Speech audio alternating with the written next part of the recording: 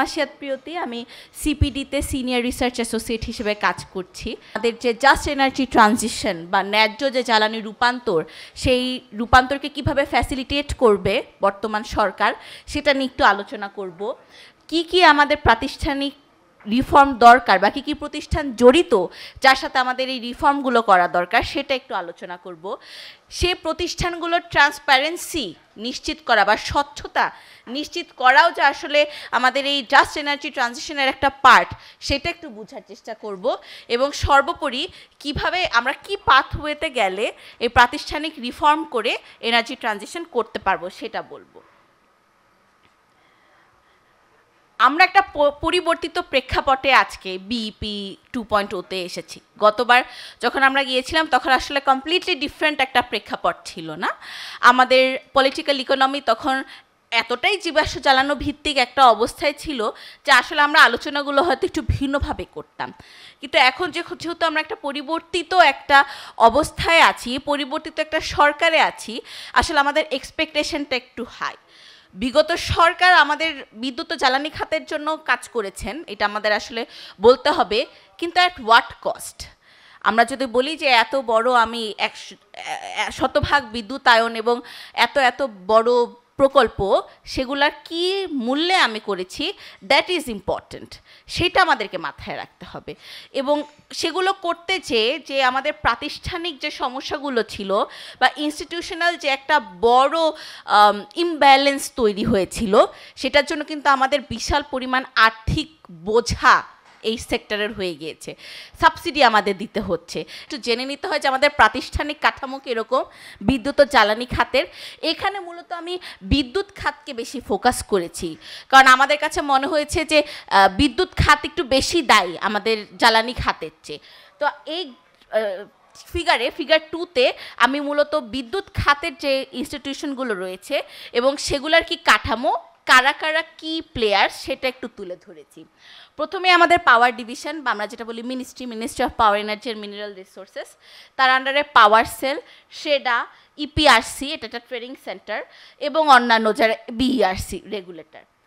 তারপরে আমার উৎপাদন, সঞ্চালন এবং বিতরণ, 3ভাবে আমাদের ইনস্টিটিউশনগুলো আছে। আমি আর এগুলো রিপিট করছি না নামগুলো, কিন্তু আমার যেটা বলার বা আমাদের যেটা বলার সেটা হচ্ছে এই প্রত্যেকটা ইনস্টিটিউশনের জন্য জাস্ট এনার্জি ট্রানজিশনের সংজ্ঞা ভিন্ন। প্রত্যেকটা ইনস্টিটিউশনের জন্য জাস্ট এনার্জি ট্রানজিশন বা রিনিউয়েবল এনার্জি ট্রানজিশনের সংজ্ঞা কিন্তু ভিন্ন। আমার জেনারেশনের ইজিসিবির জন্য যে সংজ্ঞা, সেটা কিন্তু আমার পিজিসিবির জন্য না। খুব ইম্পর্টেন্ট রিফর্ম নিয়ে কথা বলার আগে এটা বোঝার জন্য কোন ইনস্টিটিউশনের সংজ্ঞা কী। আমি যখন জেনারেশনের কথা বলছি, তার জন্য জাস্ট এনার্জি ট্রানজিশনের সংজ্ঞা হচ্ছে সেই রিনিউয়েবল এনার্জি জেনারেশন ক্যাপাসিটি তৈরি করা, ফসিল ফুয়েলকে ফেজ আউট করে দিয়ে 2041 সালের মধ্যে আমি 40% করব, সেই ক্যাপাসিটি আমার তৈরি করতে হবে। যেটা আমরা যখন ইনস্টিটিউশনের ধরতে চাই বা এনার্জি ট্রানজিশনের ব্যাপার বলতে চাই, তখন কিন্তু আমাদের অটোমেটিক মাথায় এসেছে সেডা is the heart of the energy transition. কিন্তু এখন সেটার যে অবস্থা, সেটাতে আমাদের না জানার কিছু নাই যে সেটার ইনস্টিটিউশনাল ক্যাপাসিটি কতটা কম।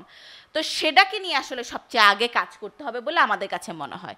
দ্যাট ইজ বিইআরসির আসলে কাজ কি করার কথা এবং আসলে তারা কি কাজ করতে পারে, এটার একটা কম্প্যারিজন করার জন্য। যদিও এখন বিইআরসিকে তার পাওয়ার দিয়ে দেওয়া হয়েছে বেশ কিছু অংশে। বিইআরসি 2003 সালের যে অ্যাক্ট ছিল, সেটা অনুযায়ী বিইআরসি জ্বালানি তেল, জ্বালানি গ্যাস, এলপিজি এবং বিদ্যুতের দাম নির্ধারণ করবে, সেটার মেথোডোলজিও বিইআরসি নির্ধারণ করবে। এবং 2023 সালে আমরা সবাই জানি বহুল আলোচিতভাবে সরকার সেটা পরে নিজে 34-এর ক সে নিজের পাওয়ার এটা নিয়ে নেয়। আরেকটা কি ইনস্টিটিউশন যেটা অনেক সময় আমরা খেয়াল করি না, সেটা হচ্ছে আরইবি। আমাদের বর্তমানে যত ডিস্ট্রিবিউশন আছে তার মধ্যে 70% কনজিউমারই আরইবির আন্ডারে, কিন্তু আরইবি এখনও সেই 1977 সালের ইনস্টিটিউশনাল ক্যাপাসিটিতেই চলছে। ডিপিডিসি অ্যান্ড ডেস্কো ওদের যে পরিমাণে ইমপ্রুভমেন্ট হয়েছে আরইবির সেই পরিমাণে ইমপ্রুভমেন্ট হয়নি। সো আরইবিকে যদি আমি ইনস্টিটিউশনালি স্ট্রেন্থেনিং না করতে পারি তাহলে ইন নো ওয়ে আমি আমার স্মার্ট গ্রিড করতে পারবো এবং ইন নো ওয়ে আমি আমার 70% কনজিউমারকে রিনিউয়েবল এনার্জি সাপ্লাই দিতে পারবো।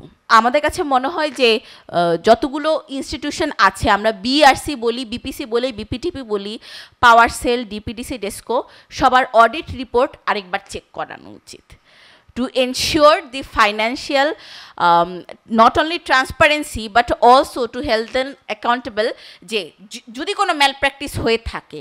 কারণ আমরা দেখছি না বারবার উঠে আসছে, আমাদের যে বিগ 4 ইন্টারন্যাশনাল অডিটিং ফার্ম আছে সেই ফার্মকে দিয়ে আমাদের কাছে মনে হয়েছে যে হাই টাইম যে ফাইন্যান্সিয়াল রিপোর্টগুলো অডিট করানো। আমি বারবার একই কথা বলছি, প্রত্যেকটা ইনস্টিটিউশনের জন্য জাস্ট এনার্জি ট্রানজিশনের ডেফিনেশন ডিফারেন্ট, সেইটাকে তার মতো করে নিজেদের মতো করে জাস্ট এনার্জি ট্রানজিশনের কাজগুলো করতে হবে।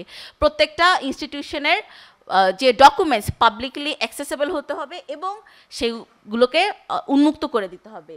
প্রয়োজনে নতুন যে ইনস্টিটিউশনস আছে, যদি আমাদের ল্যাবরেটরির প্রয়োজন হয়, বিভিন্ন বেসরকারি ইউনিভার্সিটিতে তারা নিজ খরচেই রিনিউয়েবল এনার্জি ল্যাবরেটরি করে থাকেন, দাদারা করে থাকেন বিভিন্ন ধরনের কাজ। সরকারিভাবে একটা রিনিউয়েবল এনার্জি ল্যাবরেটরি করা যেতে পারে ইনস্টিটিউশনাল ক্যাপাসিটি বিল্ড আপ করার জন্য। স্মার্ট গ্রিডকে আপগ্রেড করতে হবে সেটা তো বললামই। লাস্টলি রিসার্চ অ্যান্ড ডেভেলপমেন্টে যে অর্থ রয়েছে সেটা আসলেই রিসার্চ অ্যান্ড ডেভেলপমেন্টেই আসলে খরচ করতে হবে ইনস্টিটিউশনাল আপগ্রেডেশনের জন্য। আমার মনে হয় আমি শেষ করে ফেলেছি। থ্যাংক